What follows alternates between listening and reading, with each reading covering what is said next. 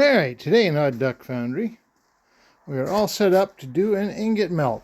And here is our sacrificial victims right here.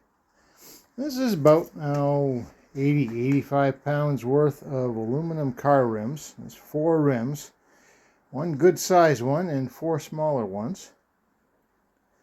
And I have cut them in half with a circular saw. Works pretty good. Wear full protective clothing.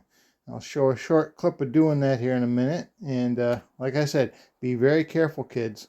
Keep your earmuffs on. Make sure you're wearing a face mask and gloves, because those little pieces of man glitter get everywhere.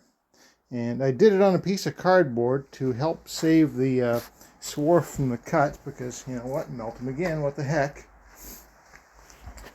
And I came up with almost a full small crucible full of swarf from these. So that would have been a significant amount of aluminum that I lost. All right, here.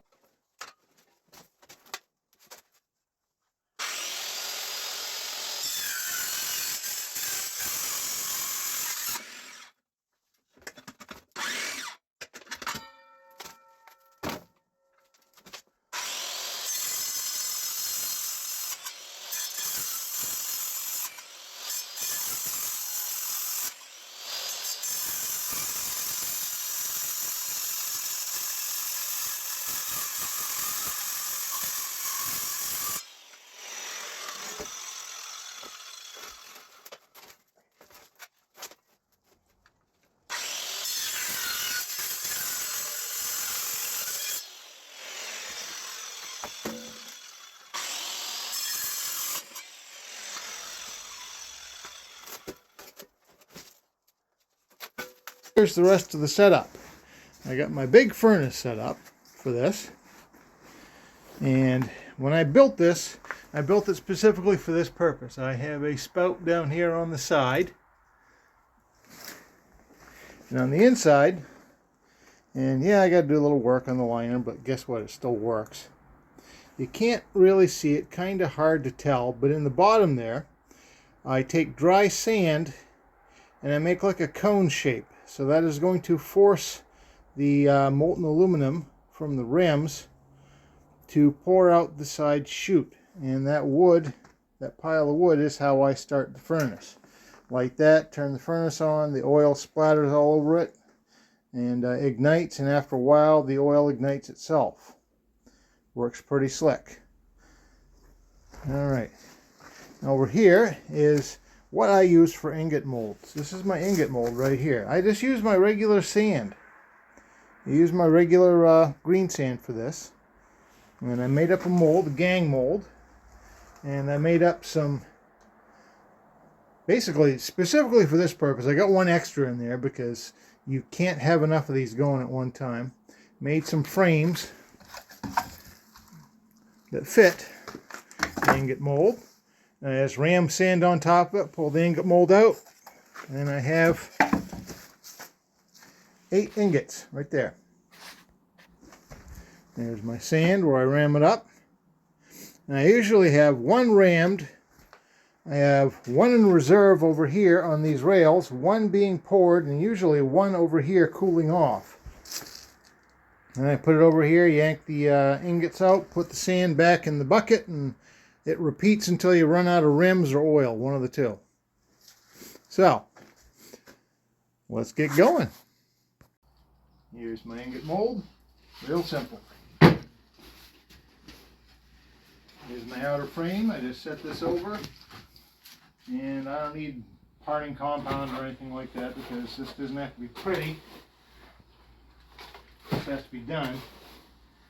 This is a real quick way of doing it. My sand is a little bit wet, but guess what? It's going to dry off pretty quick.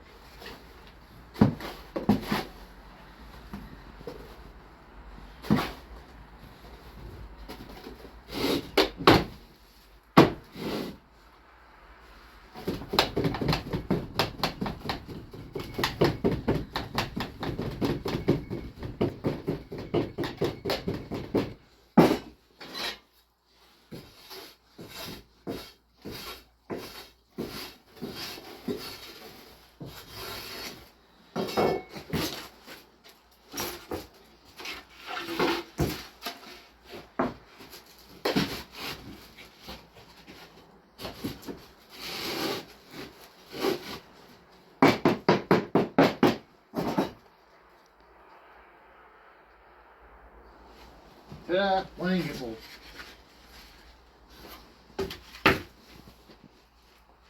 That's it. Alright, here we are, ready to go.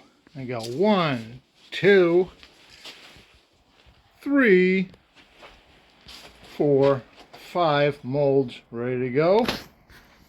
Let's fire this bad boy up.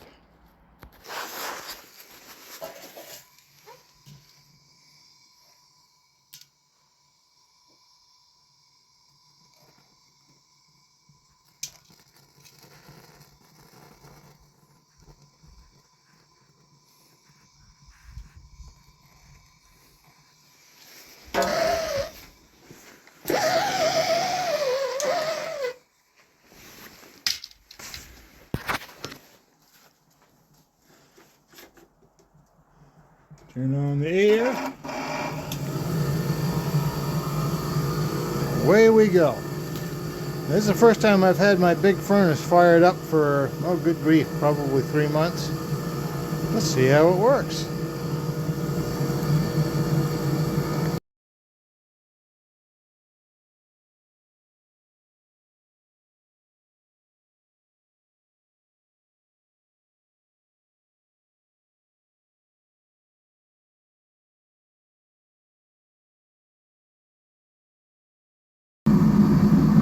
And here we go. Now that I have cleaned out the nozzle, or injector tube, more accurately, on my furnace, and it's now flowing,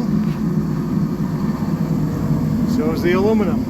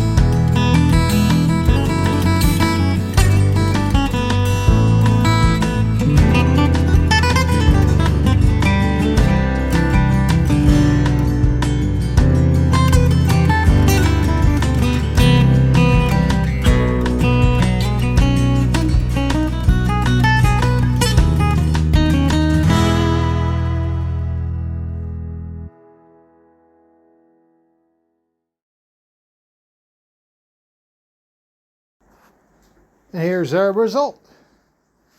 I'd say there's about 75 pounds worth of ingots and ingot-shaped objects. These are a lot easier to put in a crucible though. So it's kind of one of those intermediate steps you got to do from your raw materials to making a finished casting. I hope this was interesting. I did not do this as an instructional video. Do this at your own risk. This is kind of possibly a dangerous operation. You could very easily get burned very badly doing this. I take appropriate precautions. I've done it multiple times. I kind of have my my process down. So But yeah, this is not a recommended to do. If you do it this way, I can't stop you. This is just the way I do it. Hopefully it was interesting to watch. Thank you very much. Have a great day.